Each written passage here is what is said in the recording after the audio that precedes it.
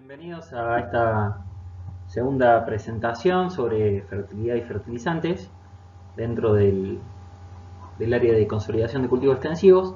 En esta segunda parte, luego de la primera que consistía en la presentación de fertilidad general y fertilidad nitrogenada, en esta segunda parte nos vamos a abocar a la parte de fertilidad fosforada, ¿sí?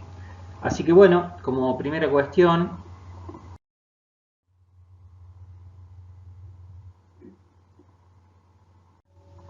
primero que todo vamos a hacer un recorrido por los contenidos de la presentación.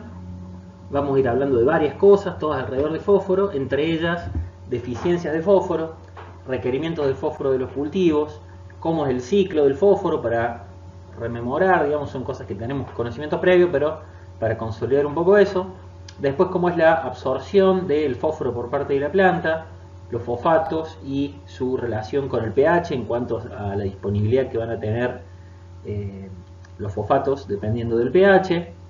Después, una vez que terminemos eso, nos vamos con evolución del fósforo disponible, fracciones disponibles, evolución en el tiempo, tomando en cuenta el tipo de uso, es decir, la agricultura, para nuestro caso. Y después ya pasamos de estar en horizontal y vamos hacia la distribución vertical del fósforo en el suelo. Es decir, vamos a armar un perfil de fósforo. También vamos a hablar de las fracciones, diferentes fracciones de fósforo y su disponibilidad. Vamos a ver un poco de fraccionamiento en parte de fracciones minerales, fracciones orgánicas, fracciones fijadas, etc. Alguna mención respecto a fraccionamiento. Y después llegamos al nudo de la cuestión, o por ahí un punto de vital importancia, que es el fósforo extractable como indicador fundamental del fósforo disponible. Porque con el fósforo extractable vamos a determinar los umbrales críticos, que son parte del diagnóstico. Entonces, una vez hablado eso, vamos a ir a los umbrales agronómicos, pero también vamos a citar umbrales ambientales, para tener una visión un poco más sistémica de la fertilización. Y también, más en la parte práctica, nos vamos a ir a las categorías definidas a partir del fósforo extractable, según también el método por el cual se haya determinado el fósforo extractable. Eso es bastante importante.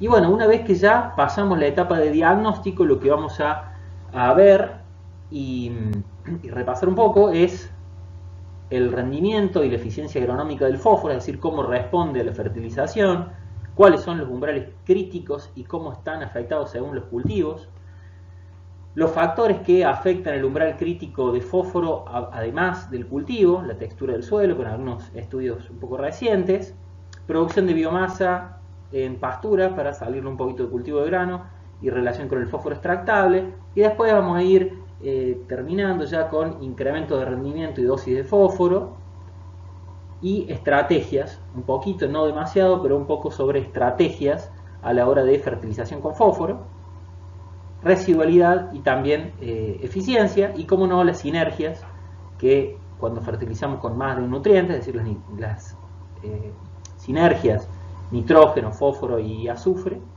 Y ahí vamos a hacer una pequeña síntesis para dar por terminada la presentación. Entonces, en primer lugar, lo que tenemos que plantearnos es cuáles son las deficiencias de fósforo, o lo que es lo mismo, por qué nos interesa fertilizar con fósforo. Bueno, porque si tenemos menos fósforo disponible del que necesita la planta, se va a manifestar una deficiencia. Y esa deficiencia nos va a generar efectos, síntomas, objetivos sobre la planta, que van a disminuir la productividad en última instancia, pero tienen, por supuesto, sintomatologías intermedias que son visibles, ¿sí? Entonces, podemos ver en hojas de maíz, como les coloqué acá, pero también en leguminosas, podemos ver generalmente coloraciones rojizas asociadas a las deficiencias de fósforo. Entonces, estos son un poco las sintomatologías que uno va a ver.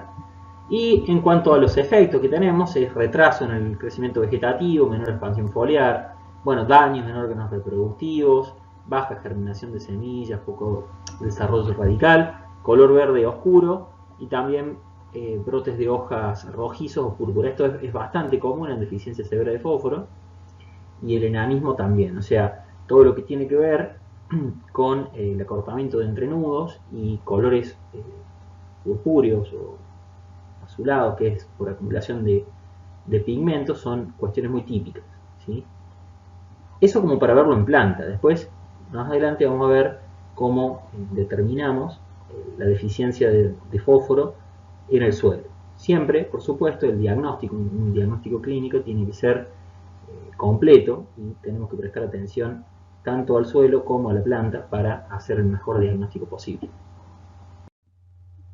Acá están presentados los requerimientos de diferentes nutrientes por parte de las plantas, en particular los requeridos por soja, maíz y trigo, y nosotros nos vamos a enfocar ahora en fósforo. Fíjense cuánto menores son los requerimientos en kilogramos por tonelada producida en cuanto a si lo comparamos con nitrógeno. Pero también podemos ver otros elementos que son necesarios en mayor medida si los medimos en kilos. ¿Y por qué entonces normalmente tomamos al fósforo como el segundo nutriente en importancia? Bueno, porque la importancia de un nutriente al momento de fertilizar surge de la combinación del requerimiento por parte de las plantas y la oferta por parte del suelo. Entonces, un elemento como calcio, por ejemplo, la soja demanda 16 kilos de calcio para producir una tonelada. Pero, ¿qué sucede? Que el suelo normalmente, para nuestros suelos, provee esos 16 kilos en general sin ningún tipo de problemas. Por eso es que no se habla tanto de fertilización con calcio, salvo algunas excepciones, como pueden ser alguna leguminosa como maní, donde hay otras cuestiones. Pero entonces, por eso es que varios nutrientes uno puede ver que se absorben en cantidades importantes, y sin embargo la fertilización no es importante, no es una práctica frecuente, ¿sí? Eso es porque se intenta fertilizar con aquellos nutrientes a los cuales uno obtenga una respuesta a la fertilización. Entonces, en fósforo, normalmente es frecuente observar respuesta a la fertilización, y por eso es tan importante.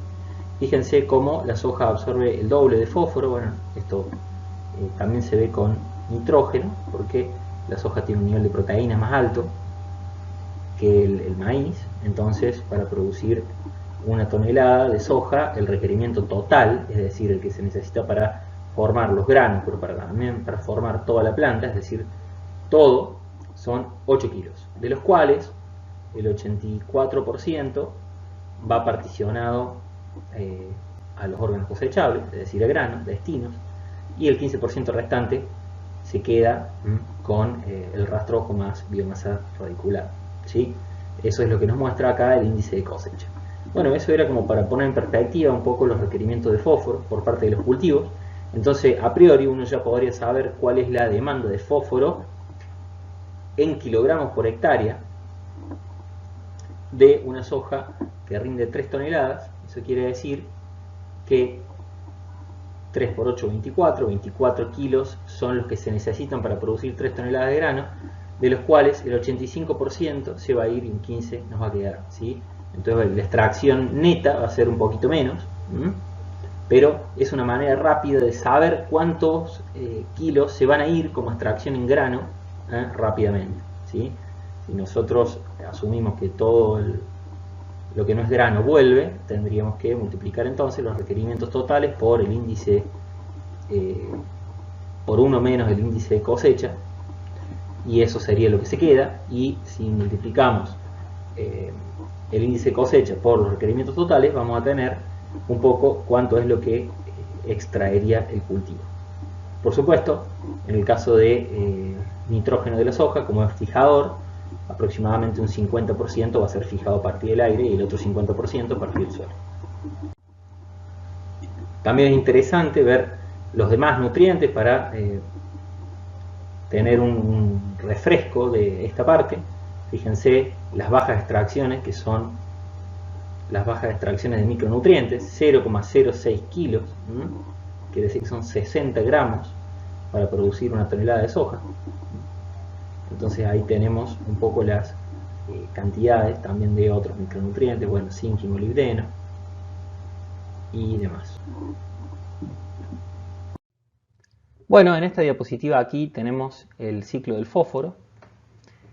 ¿Qué es lo importante? Reconocer los principales elementos que nos caracterizan el ciclo del fósforo y darle jerarquía a los que están en escena, en el centro de la escena, pero también en aquellos compartimentos y mecanismos que nos reabastecen el fósforo que va a ser absorbido por las plantas. Entonces fijémonos que aquí tenemos las plantas que toman el fósforo por el mecanismo de absorción, y en el centro del ciclo, ¿qué tenemos? Tenemos la solución de suelo. ¿Por qué? Porque es de allí de donde las plantas se van a proveer de fósforo, y cada vez que el suelo se quede sin concentración de fósforo, es decir, a medida que se deprime la concentración de fósforo debido a la absorción,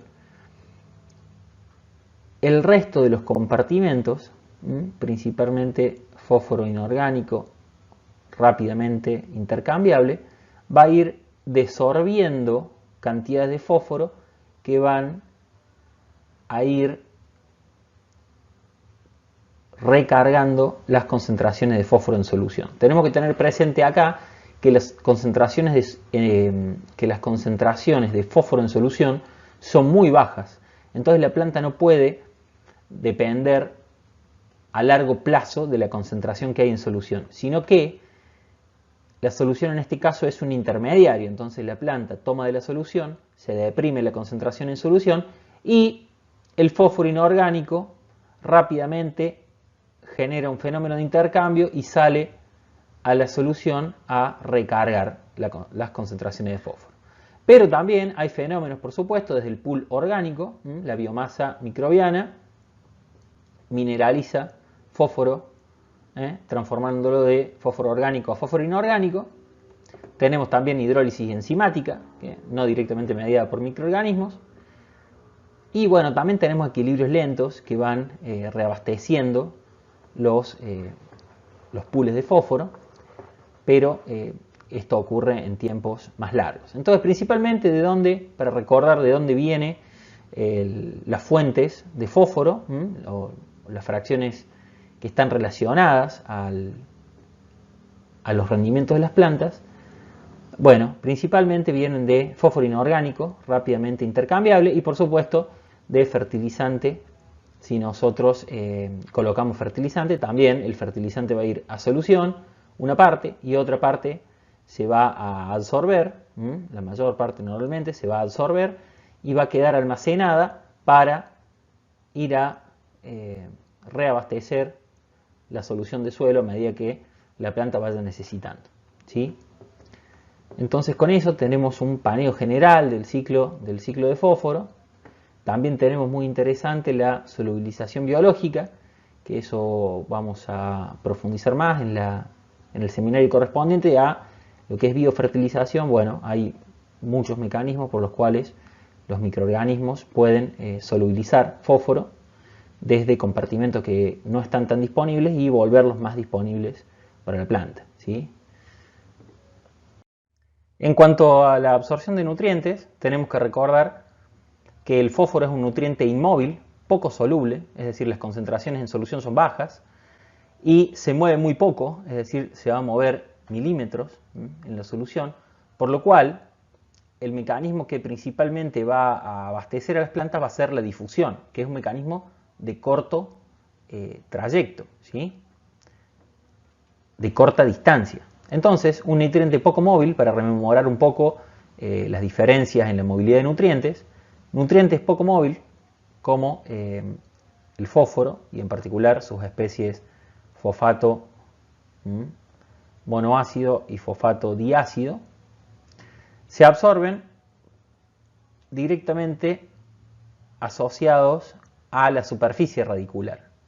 Entonces no es que hay un volumen de absorción, sino que hay una superficie relacionada directamente a la superficie radicular. Por eso es tan crítica la absorción de fósforo en los primeros tiempos de crecimiento de la planta, y por eso también se le suele llamar fertilización con un arrancador, puesto que cuando el volumen se incrementa la absorción de fósforo, también se ve incrementada. En cambio, por otro lado, para contrastarlo, un nutriente móvil como lo son los nitratos, nutriente que le permite a la planta abastecerse de nitrógeno, como son solubles y muy móviles, básicamente se asocia al abastecimiento de nitrógeno con un volumen radicular, ya no una superficie, sino un volumen radicular, por lo que todo el nitrógeno de nitrato que esté dentro de ese volumen va a poder ser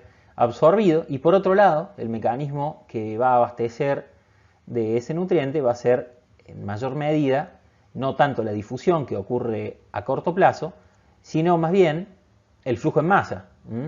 Recordemos que el flujo en masa va a ser el agua que se mueve con la absorción debida al flujo transpiratorio, y entonces todo el nitrato que está presente en el agua va a ser absorbido junto con el agua y va a ser tomado por las plantas. Esto es posible porque las concentraciones de nitrato son mucho más altas que las concentraciones de fosfatos en solución.